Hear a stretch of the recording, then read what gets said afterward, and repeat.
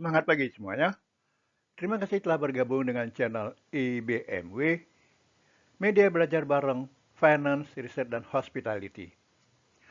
Kita membahas manajemen keuangan MKU dengan topik Negative Interest Rates pada sesi 56. Selamat mengikuti. Kita mulai pembahasan kita dengan pemahaman suku bunga negatif. Suku bunga negatif berarti bahwa bank sentral dalam kurung dan mungkin bank swasta akan membebankan bunga negatif. Alih-alih menerima uang deposito, deposan harus membayar secara teratur untuk menyimpan uang mereka di bank.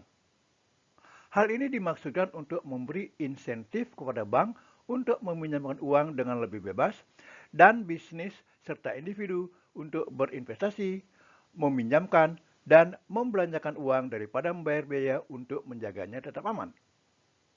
Hal ini terjadi selama lingkungan suku bunga negatif.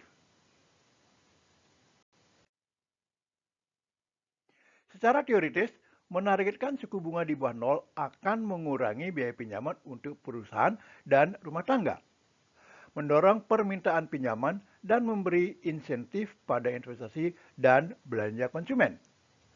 Ketika suku bunga negatif, pemberi pinjaman membayar peminjam untuk utang yang dimilikinya.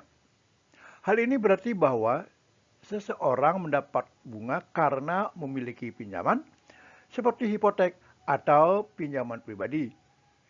Dengan demikian, bank merugi sementara peminjam diuntungkan.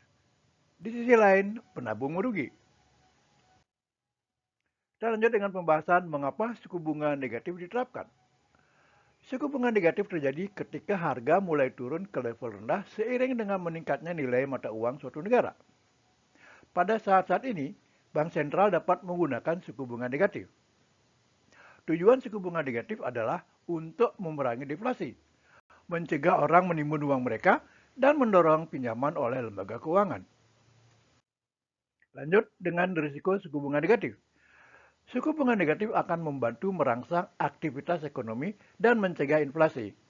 Namun, beberapa pembuat kebijakan tetap berhati-hati untuk menggunakan mereka atau instrumen ini karena ada beberapa cara instrumen ini bisa menjadi bumerang. Pertimbangkan apa yang terjadi dengan aset tertentu seperti hipotek. Pinjaman ini secara kontraktual terkait dengan suku bunga yang berlaku, yang berarti bahwa suku bunga negatif dapat menekan margin keuntungan ke titik di mana bank meminjamkan lebih sedikit. Kita lanjut pembahasan pada dampak dari negatif interest rate. Dampak positifnya adalah 1.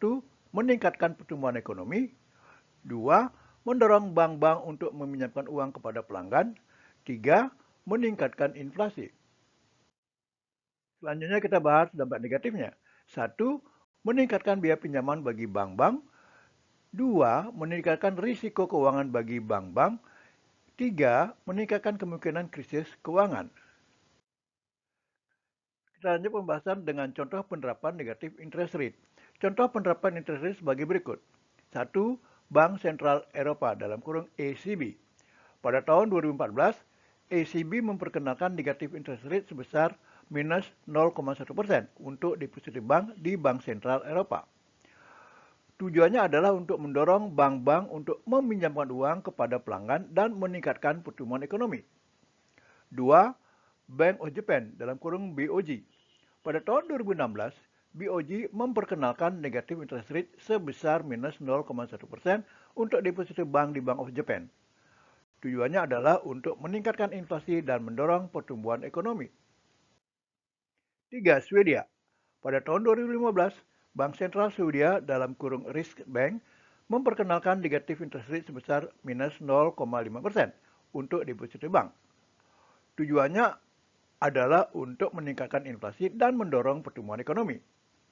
4. Denmark.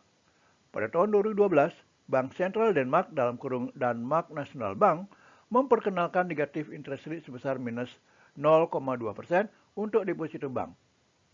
Tujuannya adalah untuk mendorong bank-bank untuk meminjamkan uang kepada pelanggan dan meningkatkan pertumbuhan ekonomi. Demikian akhir dari sesi ini. Bila menurut Anda sesi ini bermanfaat, silakan tekan tombol subscribe, like, dan share sebagai dukungan dan pemotivasi untuk pengembangan channel ini. Terima kasih dan sampai jumpa.